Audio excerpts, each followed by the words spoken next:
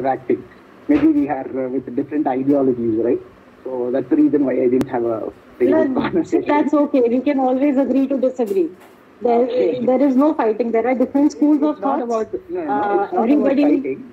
I just wanted to perceive new things from you and learn. Exactly. So that's what I'm saying. We can always agree to disagree. There are different schools of hypnosis. There are different teachers. There are different ideologies. And all are most welcome as long as they're helping the clients. Okay, sure. Thank you. Yes, ma'am. So, yeah, as psychologists, as therapists, our primary goal and primary responsibility is towards the well-being of our clients. Exactly. So, whatever works, I have learned it the hard way. Never argue with improvements. Yeah. Okay, Simple. thank you. So, वो hypnosis को आप hypnosis कहो या आप उसको कुछ और कहो, वो आपकी मर्जी है. लेकिन आप improvement से लड़ नहीं सकते कभी जिंदगी में. Yeah. Right. Okay, I'm pretty comfortable with English. I'm from South India, basically. Okay. Yeah, so, pretty much understand Hindi, but still. Okay. So what is your idea of hypnosis? I'd like to know, because, just giving a lecture does not really make sense. I would like it to be an interactive session. So please give me your idea of hypnosis. So hypnosis, any process, any process of taking imprints to our subconscious mind, I call it hypnosis. So, which is the right definition? Yeah. It is the right definition.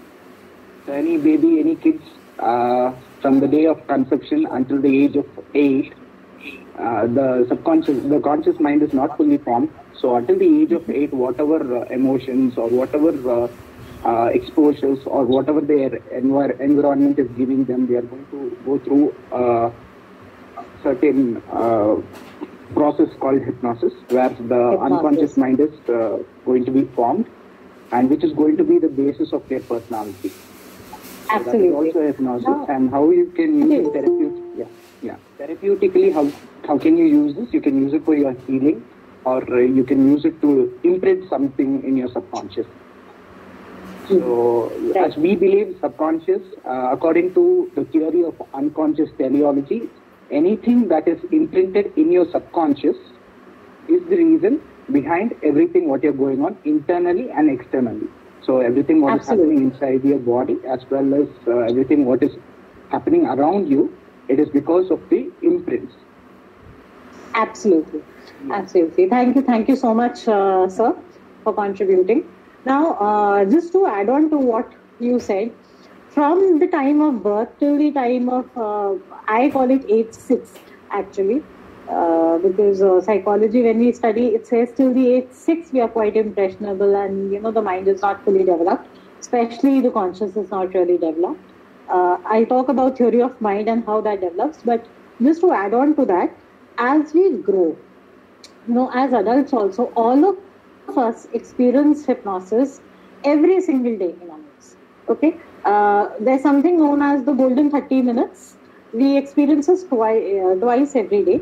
Once just before we are going to sleep, that state of semi-sleep that we have. There's a dream that is running. We're also talking to somebody. We know that the TV is switched on, yet our thoughts are somewhere else. That is a natural trance state, a natural hypnotic state. And a similar state is when we experience it in the morning, just when our eyes open, before we get out of bed. Because if we move too much, the conscious gets activated. So just as we wake up, again we are in a state where we are, partially asleep, partially awake, and that is a natural state of trance. Now, hypnosis, very simply put, is in trance, nothing else. The minute I open the gates to your unconscious, something which is not readily available to your memory, the conscious part, the minute I open the gates to your unconscious, I am taking you into trance. Now, the thing is, why do we want to do hypnosis? Right? Why do we want to do hypnosis? Is there anybody who would like to contribute here? Hello, good morning, ma'am. Good morning, Anita ji. Ma'am. Yes. In fact, I think hypnosis is done to a person at times when the person is not ready to speak about the subconscious mind, some painful memories. I think it is quite good for us to use it in situations where a child has been abused. Okay. And the child is not ready to speak about it, and it's a very painful experience for the person. So basically, I think hypnosis at times works well with, children who have been sexually abused. Okay, and that's one part of it. That's just one application, but there's a lot more to it actually. A lot more to it. Okay. So, but thank you so much. Anybody else would like to contribute? Okay, so I'll give you the basis of hypnosis, as in why we do hypnosis. You've heard people say, I want to do this, but I can't. I want to exercise, but I can't.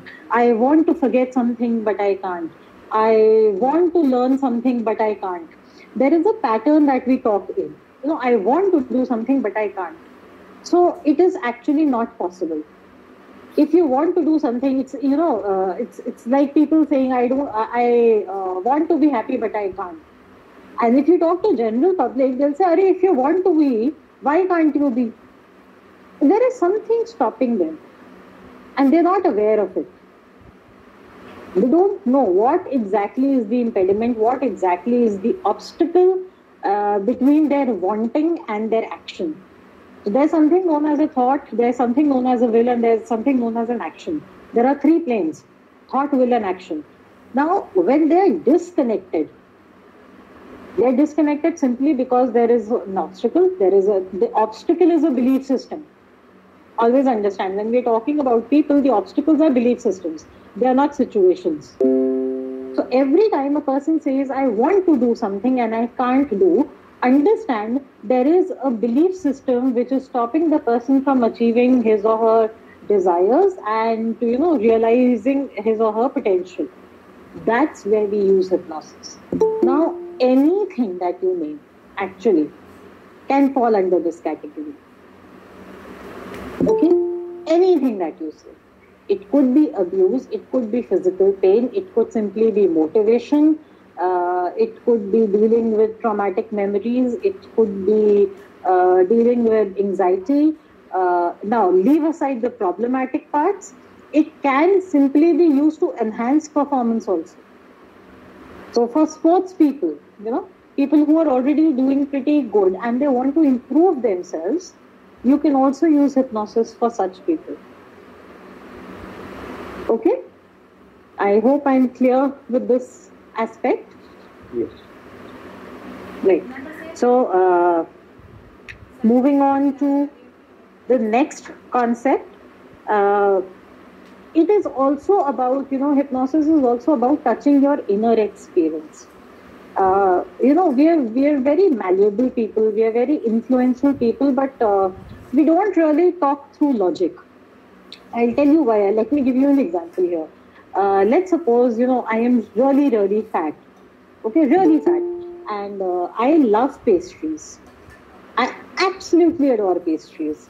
Now, logically, I know I am super fat. I should not have pastries. Right? That's the logical part of it. Yes. This is what happens when I am thinking. Only in my thoughts. I think, I am fat. I need to lose weight. I need to get healthy. And, pastries are empty calories. And, I can just, if I want to have calories, let me eat something that is healthier and, something which are good calories as such. But this is all my thought process. What happens in the moment of decision making, really? So I'll ask Sunny and Anita, because these two people are responding to me. So I'll ask them, what really happens? If suppose right now, I am sitting and I'm talking, I should not be eating pastries and, there's too sweet and empty calories. But let's suppose right now, in this very moment, you were supposed to send me a box of pastries and I receive it. What's going to happen? Will I be able to avoid it?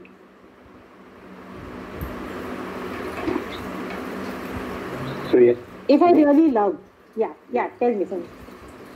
So can you just repeat the question once again? My question is, point one, I absolutely love pastries.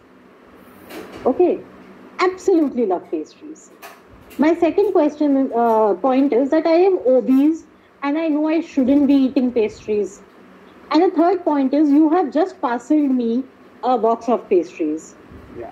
So will I think logically that, I am fat, I should not eat pastries, or because I have a box of pastries in my hand, I will go ahead and eat at least one?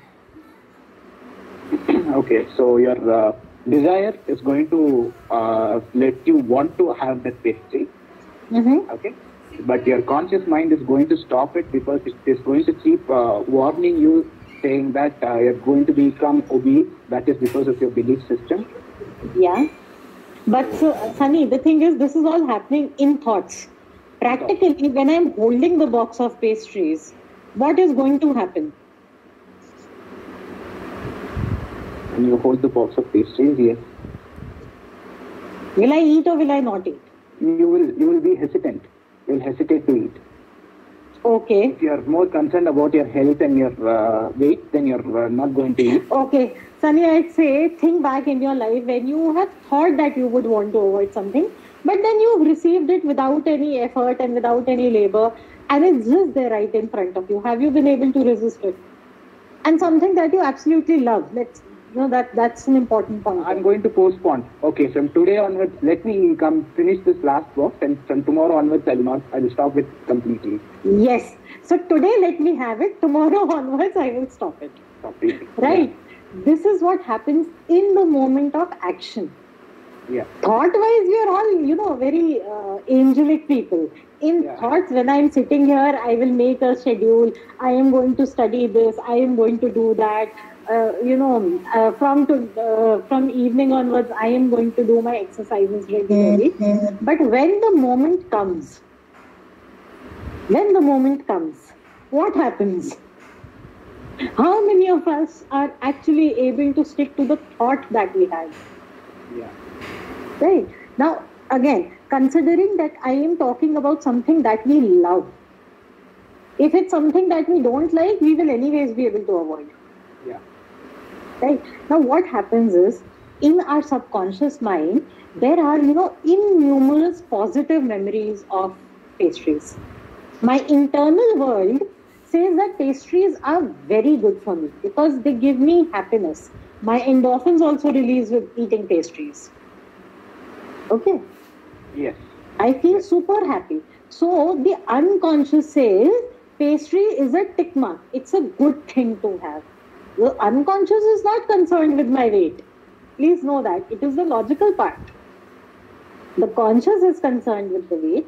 The unconscious simply says good and bad and right and wrong and all of these things. Okay, whether I should, fulfill my desires or not. So my desire is to eat a pastry because it is a good thing. I have innumerable memories of eating pastries where I felt good. My unconscious will inevitably take that part where I feel good in the moment. In the long run, I will be guilty because I did not listen to my unconscious. But in the moment, I will give up. That's where the conflict comes of I want to, but I can't. I want to avoid eating pastries, but I can't. Because my internal database is full of positive feelings regarding something. To actually understand it in a more logical way, we can pick up an example of a smoker. So many people who smoke, not all, please understand, whenever we're talking psychology, there will be exceptions. But in general, whenever we're talking about smokers, so many people come and say, I want to quit smoking, but I can't. The simple reason is that every cigarette, every, drag has given them innumerable pleasure for, I don't know how many years, maybe 10 years, 20 years. So that innumerable moments of pleasure will overpower your logical mind. You will overpower your conscious mind in the moment of decision making. So every time you think, I am not going to, take a drag of cigarette, but then your friend comes in and says, "Arey yaar, ek hi drag to lena, it's just one drag." How is it going to really matter? You will give into it. Okay, so this is what happens. This is the basis of hypnosis. If we understand this, that our internal database is only about plus and minus, whether we felt good about something or whether we felt bad about something, by understanding this, we can actually go ahead and create changes. If I am able to, rewrite your internal script. So for me, it is about pastries. Under hypnosis, can I rewrite my experience with pastries? I can. Maybe I can implant a thought that pastries are not really tasty, or every time I eat pastry, I have a bloated feeling. I can rewrite these things in my internal mind, in my subconscious. And if I do that with hypnosis, next time when I see a pastry, I will automatically be motivated to avoid it. Am I making sense? Yeah, please. Guys, please share.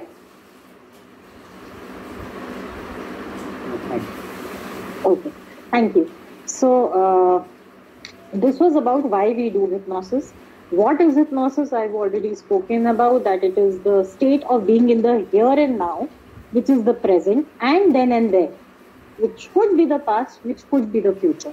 It is not always about past life. We, often see people talk about past life regression as another word, as in synonym for hypnosis, but it is not. It is only a very small part.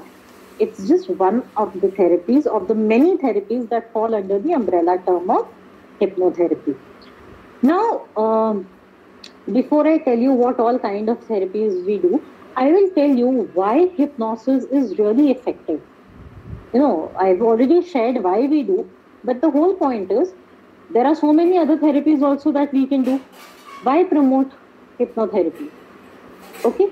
Now, there's something known as theory of brain here. It's also called the TOM, the theory of brain theory of mind, TOM theories. Theory of brain, okay, let me give it with an example. Since hardly any people are talking, I don't know how much sense I'm making, but I'll still try and make it a little more interesting. I want all of you.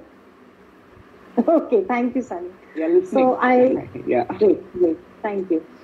I want all of you to, look up towards the ceiling. Look at your ceiling and just imagine, simply imagine that snakes and lizards are falling. Now, what is the reaction that most people will have? If suppose snakes and lizards are falling, what is the reaction most people are going to have? They will either run away or they will scream, right? There would hardly be any person who would sit and let the snakes and lizards fall and, be there to inspect, to see whether they're venomous or not. Mostly, the first instinct is either scream or run away. But this concept is the concept of fight or flight. Okay? It's the concept of fight or flight. If I'm running away, I am, fleeing the situation. That's the flight. If I'm screaming and doing something, it's the fight. The third is obviously a freeze, but that hardly ever happens nowadays. But the thing is, when you are in the fight or flight, scenarios, your autonomic nervous system gets activated. The sympathetic part of it, the sympathetic nervous system, as we call it. Under the fight or flight reactions, what happens? There are certain physical changes in the body. When the SNS, which is the sympathetic nervous system, gets activated, our eyes dilate, palpitations happen, heart rate increases, respiration becomes shallow. We suddenly have a rush of energy. Then, all the sugars are mobilized from the body to, make it more available for the energy. All of these things happen. But understand, a fight or flight reaction is only for your survival. It cannot go on for very long. You need to come back to a state where you can relax, where your heart can rest, come back to its normal pace, where your sugars are lowered down. where your immunity is strengthened, right?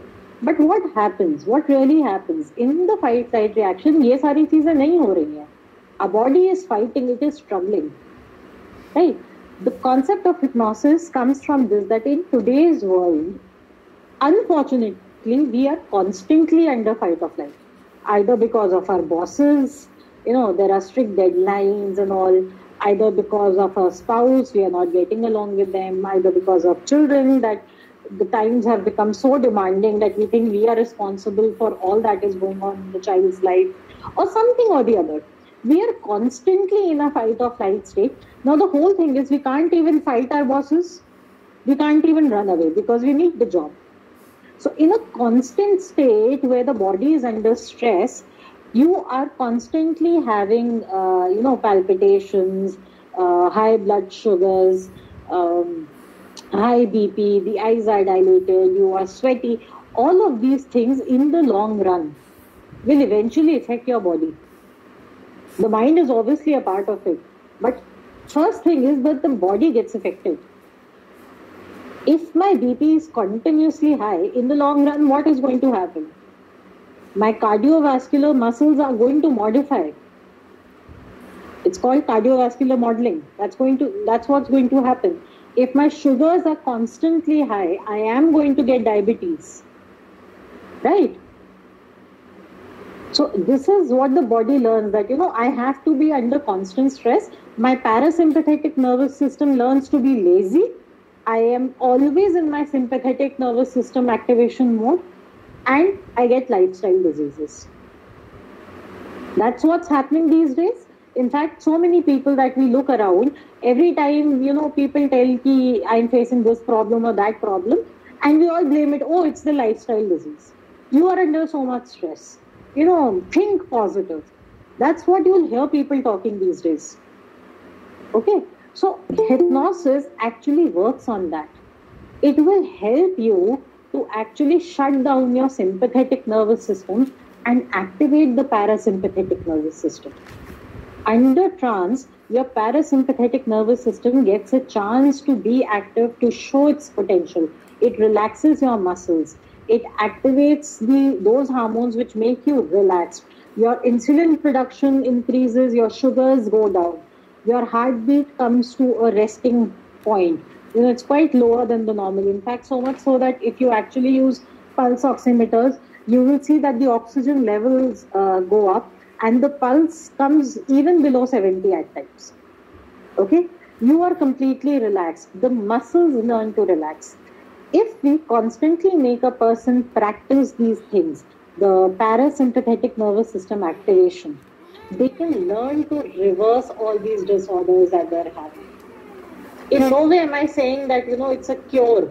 I am not saying once you have a lifestyle disease, you have it. Okay? I am not even saying that you can, go off medicines.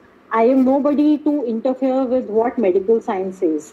But what I am trying to tell here is that you can actually minimize the risk of getting lifestyle diseases. And in case you've had it, you can still manage it.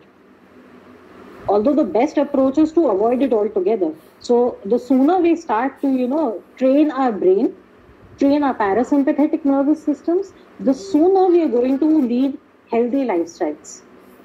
We understand that life is very tough. There's hardly any time on our hands these days. But the whole thing is, if you cannot even dedicate 10 to 20 minutes of your entire day to yourself, then what's the point of such a life? I mean, 10, 20 minutes a day is not too much to ask for your own self. Right? And if you are able to dedicate those 10 to 20 minutes to yourself, practicing self-hypnosis, practicing meditation, you can train the brain so that your parasympathetic nervous systems get activated more and more. So if there's anybody who gets confused between sympathetic and parasympathetic, please, there's a theory that I developed, which is that in the most unsympathetic situations, when there's danger around, in the most unsympathetic situations, your sympathetic nervous system gets activated to save you. So you will always know that SNS is the part where fight and flight happen. Okay. Now, coming to theory of mind. So, in the beginning, like Mr. Sunny was saying, that children often do not have the conscious developed so much in the early stages of life. It is only after the age of 6 or 8, for different people, there are different theories. It's only after the age of 6 or 8 that the conscious fully develops. Before that, everything is imprinted in the unconscious. Now,